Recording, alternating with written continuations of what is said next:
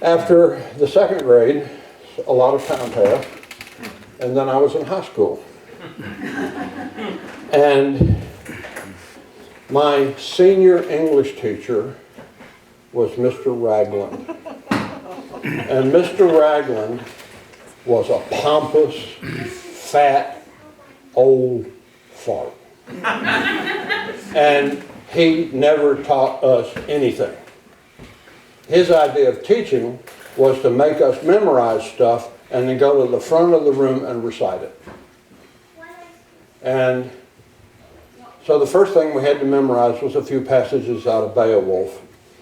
And that was kind of fun because you could just go up front and grunt like a caveman and everybody thought you had it.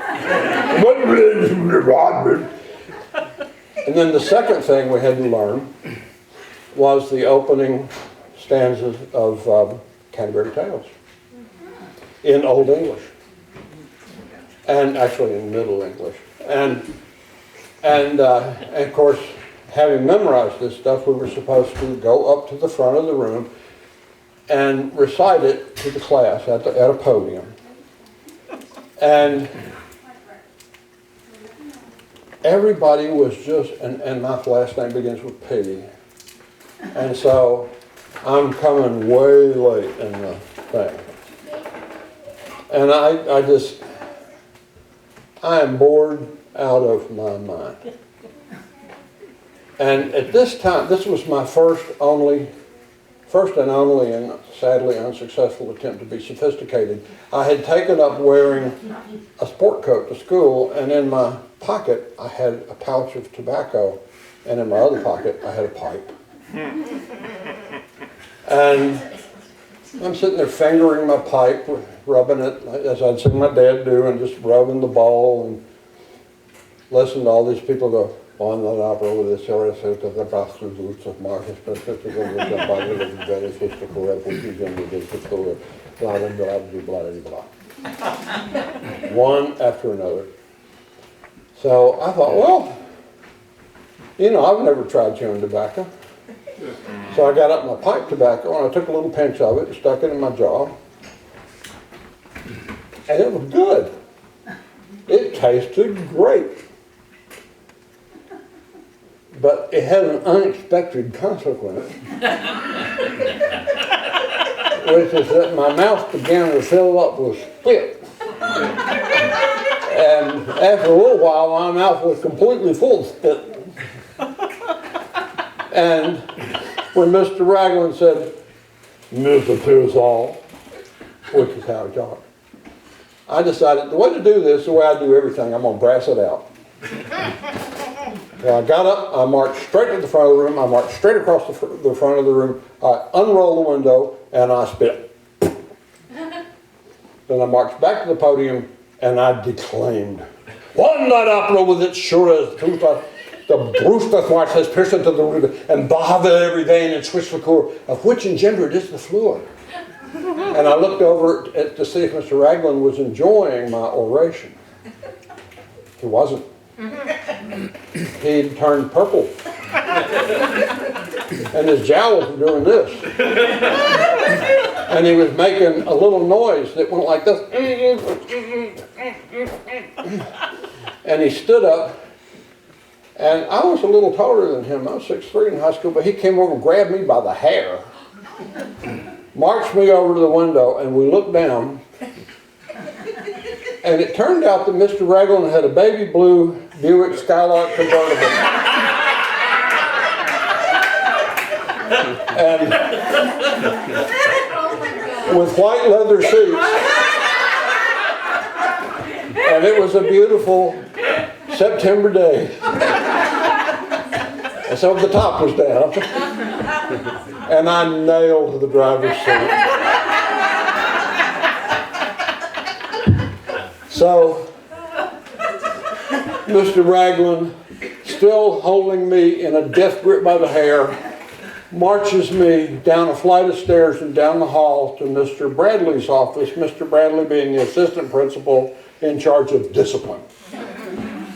All the way, Mr. Ragland was shaking like a leaf and making sounds like this. We got to Mr. Bradley's office, and Mr. Bradley said, well, what's going on? Mr. Ragland couldn't tell him. His mouth wasn't working. So I told him. And Mr. Bradley said, well, Sam, you're going to spend the rest of the day cleaning Mr. Ragland's car. And after that, you're on detention for the rest of the semester. Now, we went to the janitor's closet and got some stuff. And I spent the rest of the day working on Mr. Ragland's upholstery. And I have to say that after a day's work, it did not look like somebody had spit tobacco juice on it. It looked like somebody peed on it a little bit, but it wasn't.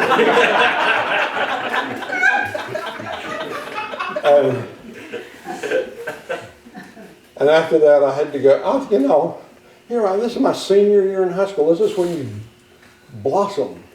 And I'm in detention every day after school. Well, in detention, you go to the library and you sit by yourself at a table and you may not say a word or get up or do anything. And Mr. Bradley presides. And after a little while, I noticed that if I glanced over at him, Mr. Bradley was often smiling at me. And it turns out that sometimes he'd even wink at me. And I figured out that he knew Mr. Bradley was a terrible teacher and that he thought my story was funny.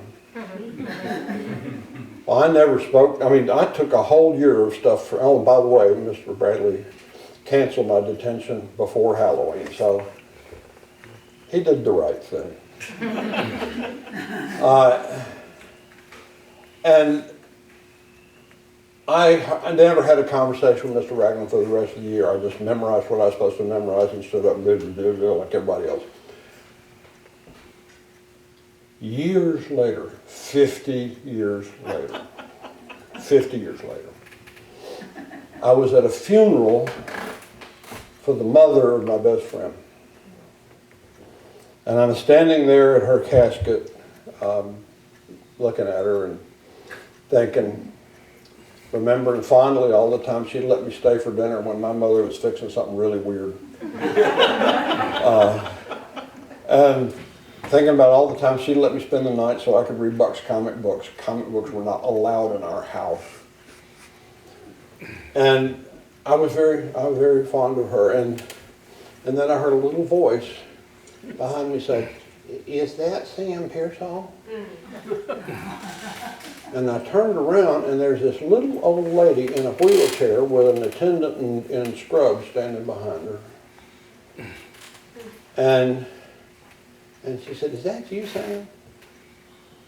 And I said, "Yes, ma'am, but I'm not sure who you are." And she said, "I'm Miss Ashley. I was your sophomore English teacher." And I said, "My goodness." And she said, "Sam, you have to tell me something that I've been wondering about for 50 years. What did you do to Mr. Ragland?" She said, "Until the day he died, he hated you. You came up in staff meeting all the time. What did you do?" So I told her the story. And I want you to know that as her attendant wheeled her out of the funeral home, her shoulders were shaking with laughter. And so this story has a happy ending. I brought joy into the life of a shriveled up little old lady in a wheelchair.